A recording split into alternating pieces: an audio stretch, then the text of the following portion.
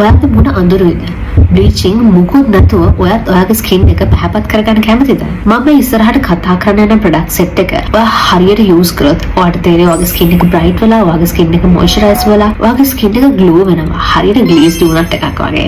ක්ලියරා skin care ට්‍රියෝ එකේ එන මේ ෆේස් වොෂ් එකේ කහ, සුදු හඳුන්, මිනරල් ගැට වගේ දේවල් වලට හැකියාව තියෙනවා සම පිරිසිදු කරන ගමන් සම පැහැපත් කරන්න. මේ ෆේස් වොෂ් එක පාවිච්චි කරාම මූණේ තියෙන කුණු, තෙල්, ඒ වගේම මේකප් වෙනවා. අනිත් එක මේ ෆේස් වොෂ් එක පාවිච්චි කරා කියලා ස්කින් එක ඩ්‍රයි වෙන්නේ නැහැ. හරිම සූලි.